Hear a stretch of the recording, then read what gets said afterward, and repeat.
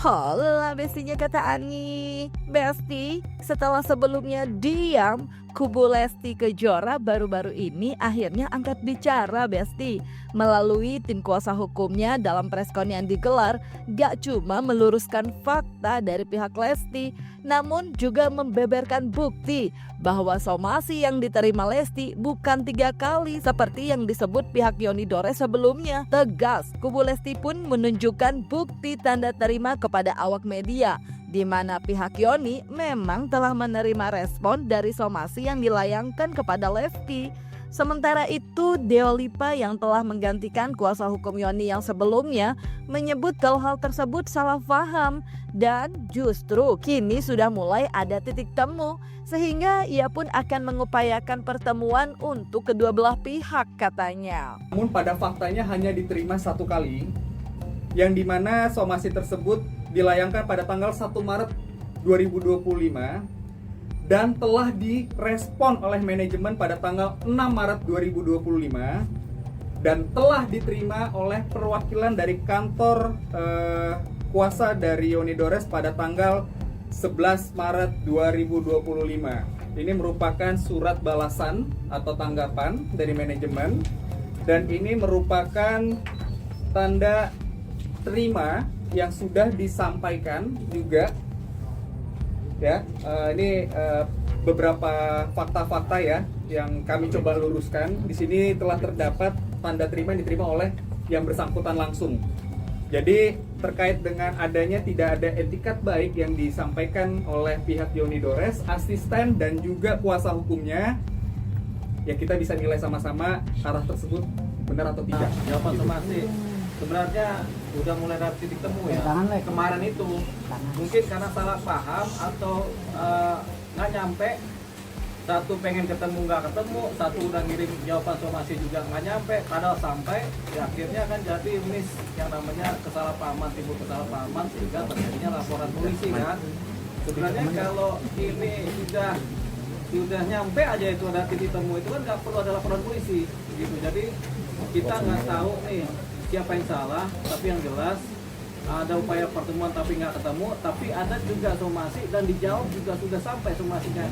Jadi kalau kemarin pengacaranya Lesti menyatakan sudah sampai somasinya, jawaban somasi sudah sampai, nah itu artinya kan sudah ada sebenarnya saling pengertian begitu. Jadi ada permintaan dengan somasi, kemudian ada pengertian menjawab jawaban somasi. Berarti kan titik temu mediasi ini sebenarnya sudah tercapai. Persoalannya kan belum ada pertemuan karena ada kesalahpahaman gitu. Jadi ada kesalahpahaman yang kelihatannya nih. Jadi nanti kalau demikian saya akan bicara dengan Pak Yoni Dores mengenai bahwasanya memang somasinya sudah ada jawaban sebenarnya. Cuman mungkin dia nggak terima atau bagaimana, atau ada tanda terima, siapa yang terima belum diketahui kan. Gitu kan jelas ini adalah kesalahpahaman. Nah ini sebenarnya mudah untuk di ini, karena dari pihak Lesti sendiri tampaknya ada niat baik gitu. Jadi dengan dia menjawab somasi itu sebenarnya ada niat baik dari dia, dari manajemennya untuk kemudian melakukan rembukan namanya bermusyawarah. Cuman karena mungkin nggak ketemu aja itu suratnya di mana, jadi akhirnya timbul salah paham. Saya nggak tahu salahnya di mana nih, karena kita baru menangani perkara ini ya. Jadi kita juga belum pernah lihat jawaban surat somasinya. Sudah mengkaji 13 alat bukti yang diserahkan pihak Yoni Dores dalam melengkapi laporannya kepada Lesti. Dengan dugaan tindakan melanggar hak cipta, Sidrak pun dalam preskonnya gak cuma membantah, tapi juga sangat menyayangkan atas kata-kata kasar yang dilontarkan Yoni dan asistennya kepada Lesti dengan menyebut tidak beradab.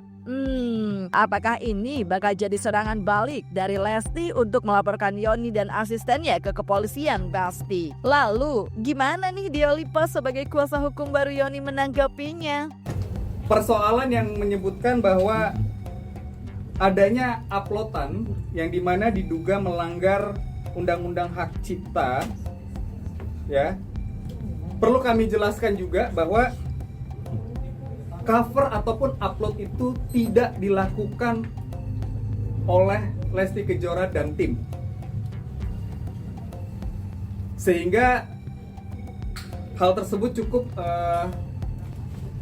membuat dan memframing klien kami ini seolah-olah terlihat seperti melakukan tindak kesalahan ya dengan mengupload tersebut. Karena dari 13 alat bukti yang disampaikan oleh saudara Yoni Dores telah kami kaji dan pelajari, tidak ada satupun uploadan yang dilakukan oleh Lesti Kejora dan tim dan manajemen yang mana dituduhkan telah melanggar undang-undang hak cipta. Ya, memang setelah saya pelajari juga dari apa yang ada dari Pak Yoni Dores, memang sebenarnya yang dikejar itu akun-akun YouTube gitu. Cuman kan tidak diketahui akun YouTube ini punya siapa. Nah, berkemungkinan punya pihak lain atau ada afiliasi dengan pihak Lesti. Tapi kemudian pihak Lesti Kejora kan sudah membantah. Nah, kami nggak ada buat-buat itu. Kami gitu kan, berarti kan ada pihak-pihak lain yang membuat. Jadi memang laporannya memang sebenarnya mengarah ke sana, ke pihak-pihak lain yang tersebut kan. Jadi oke, itu anggaplah laporan polisi, kita biarkan saja untuk mencari akun-akun. Tapi mengenai hubungan antara Lesti sebagai penyanyi dan si Yoni Dores sebagai pencipta lagu, ini ya baiknya kita pertemukan mereka supaya jangan ada salah paham. Pada kesempatan ini kami juga sangat menyayangkan kepada saudara Yoni Dores, asistennya dan kuasa hukum yang menyebutkan Lesti Kejora tidak tahu diri, tidak beradab, pelaku pembajakan dan kata-kata lainnya yang sangat tidak pantas. Seharusnya Bapak Yoni Dores beserta tim tidak perlu menyampaikan perkataan seperti itu. Karena bagaimanapun juga proses penyelidikan masih berjalan. Dan mungkin ini sebagai pesan agar kedepannya untuk tidak dilakukan kembali hal-hal tersebut. Karena bagaimanapun kata demi kata yang disampaikan itu semua terekam di pemberitaan. Jadi mungkin kalau kuasa hukum atau praktisi hukum udah tahu ya arah statement saya hari ini menyampaikan hal itu apa. Karena kemarin itu dengan adanya salah paham ada laporan polisi, kemudian ada juga dari pihak Yoni Dores mungkin yang kemudian timbul cerita-cerita atau apa namanya tuduhan-tuduhan dari pihak asistennya kan gitu kan. Itu mungkin saya atas nama yang bersangkutan juga minta maaf terhadap apa yang terjadi kemarin itu, mungkin karena belum terbiasa menghadapi persoalan jadi duduk gitu. Ini kan kita hindari supaya adanya nanti dilaporin balik lagi pencemaran nama baik atau apa dari pihak Lesti, kan kita juga nggak mau yang seperti itu kan, kita mau baik-baik saja. Jadi memang itu mungkin salah pahaman yang kemudian timbul kepanikan atau kemudian timbul bahasanya sih hujatan atau apa ya. Jadi ya kita atas nama Pak Yoni Dores minta maaf juga terhadap tersebut. Minta maaf cenah Besti, kesalahpahaman cenah. Sementara itu, Tengku Safik yang juga manajemen Lesti dan juga sekaligus merupakan seorang komposer musik mengaku perihal izin penyanyi kepada pencipta lagu tergantung individunya. Namun, ia berharap agar tidak terlalu ego untuk mau berkenalan dengan penyanyi. Di sisi lain, Lia Trio Macan yang bersuami seorang pencipta lagu merasa izin adalah penting. Apalagi disebut Lia, si pencipta lagu kerap berbeda jauh dengan penyanyinya. Lalu bagaimana tanggapan kubu Lesti perihal perjuangan Yoni yang kala itu berharap Lesti menyampaikan alasannya karena tidak meminta izin menyanyikan lagunya, padahal menurut Yoni sudah mencoba mendatangi kediaman Lesti tapi katanya tidak ditemui. Dan apakah dengan adanya titik terang dari kasus yang dilaporkan Yoni untuk Lesti justru akan membuat Yoni jadi ingin damai dengan Lesti? Itu tadi kadang kita tuh belum juga terlalu kenal sama penyanyinya juga seperti itu kan gitu, karena label apalagi pencipta lagu itu punya yang namanya publishing.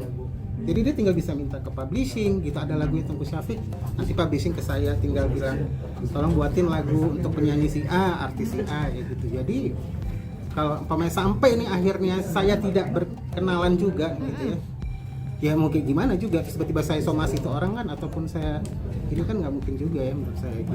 Tapi kan baik lagi itu pendapat masing-masing ya, semua orang punya ya pendapat dan maunya sendiri gitu.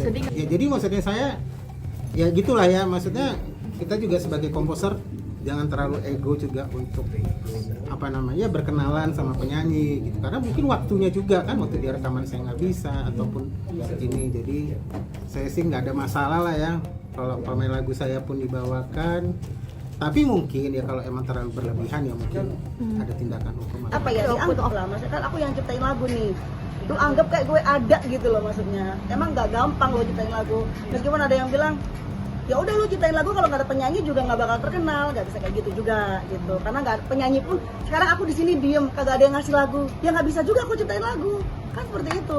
Jadi semua ada timbal baliknya, semua ada kayak akibat sebabnya, ada ya, maksudnya sebenarnya cuma etika doang sih yang Pak Yoni harapin untuk kasus yang seperti ini.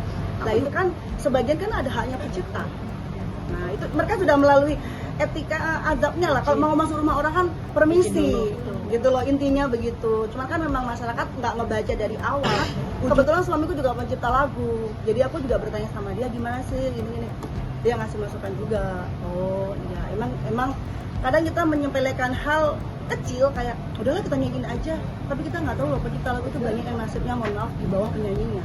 Sampai beliau ada pencipta lagu beberapa bahkan beberapa pencipta lagu itu sebelum meninggal pun kita sampai galang dana, padahal lagunya meledak, booming, semua menyanyikan, tapi beliau sakitnya pun galang dana, terus minta sumbangan sana sini. Kenapa? Karena ketidaksejahteraan pencipta lagu. Mungkin ada hal yang kita juga harus pikirkan loh kan. Cuman kan nggak bisa dari aku yang bukan siapa-siapa, harus sesama pencipta tuh bersatu, sama penyanyinya dirangkul. Nah, bagaimana? Penyanyi butuh pencipta lagu butuh penyanyi, ya kan? Walaupun akhirnya sekarang mungkin akhirnya pencipta lagu bisa buat lagu, bisa nanti akhirnya apa jadi instrumental gitu, tapi penyanyi kasihan kan yang nggak bisa menciptakan lagu. Cuman ya kita sama-sama yang ada di industri musik Indonesia ini, yuklah bareng-bareng lagi ya, jangan terpecah belah, karena ya memang kita ya saling membutuhkan menurut versi saya ya. Yang pengen kami sampaikan bahwa kami sangat menghormati saudara Yoni Dores untuk melaporkan klien kami Lesti Kejora di Polda Metro Jaya, karena perlu kita ketahui juga bahwa sosok dari Yoni Dores ini merupakan pencipta lagu senior dan juga orang tua yang harus kita sama-sama hormati.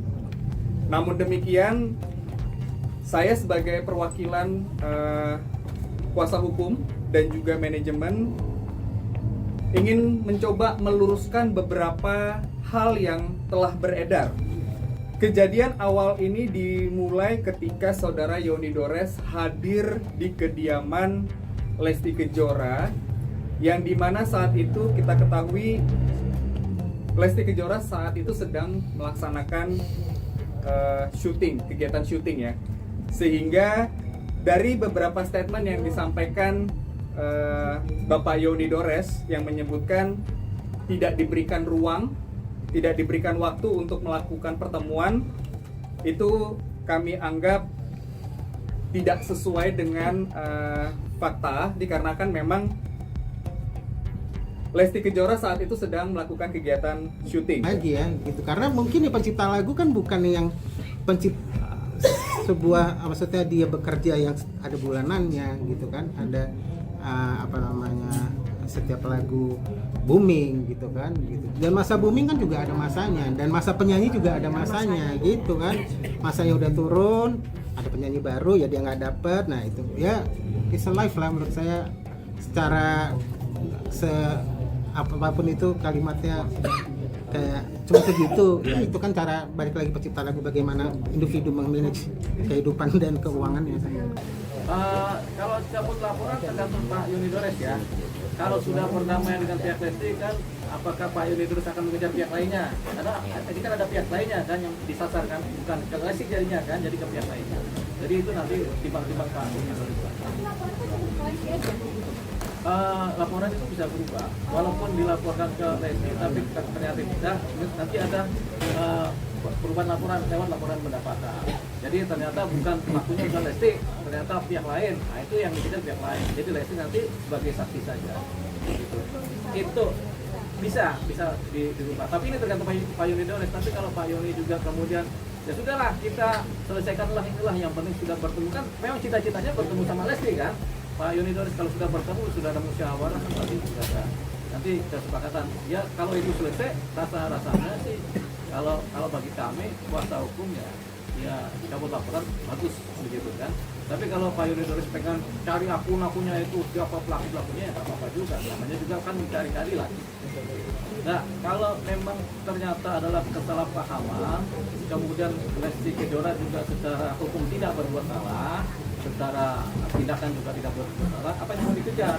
Gitu kan? Kalau Lesti Kejora nyanyi juga di event-event kan tentunya kan ada pembayaran royalti juga kan, jadi kan tidak ada perbuatan salah gitu kan. Jadi kalau sudah terjadi perdamaian, Pak Yoni Doris katanya tidak akan mengejar yang sifatnya material itu, karena dia sudah paham. Oh berarti bukan Lesti pelakunya, saya tidak dirugikan oleh dia.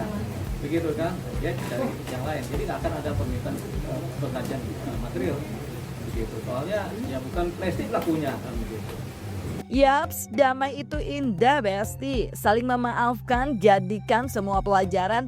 Jangan buru-buru mengambil tindakan. Meskipun dari kubu Lesti, dari laporan yang dilayangkan Yoni kepada kliennya, diakui masih berproses dan akan menunggu proses tersebut.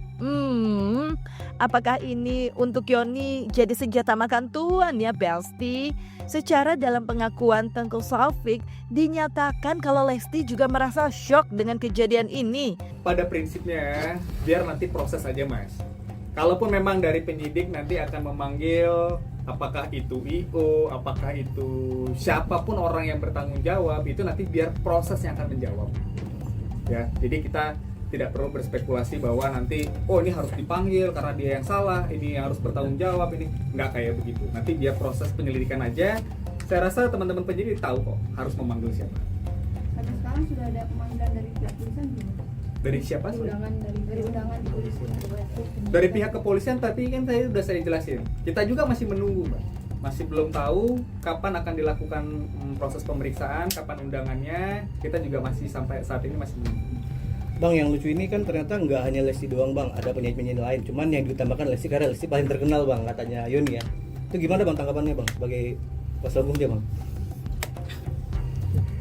Ya terima kasih kalau misalnya ternyata Lesti memang yang paling terkenal dari antara semuanya, menjadi sasaran target juga terima kasih. Tapi kan kita punya adab, punya etika ya. Jadi saya rasa kita berfokus dulu aja ke sini saya untuk mau menanggapinya.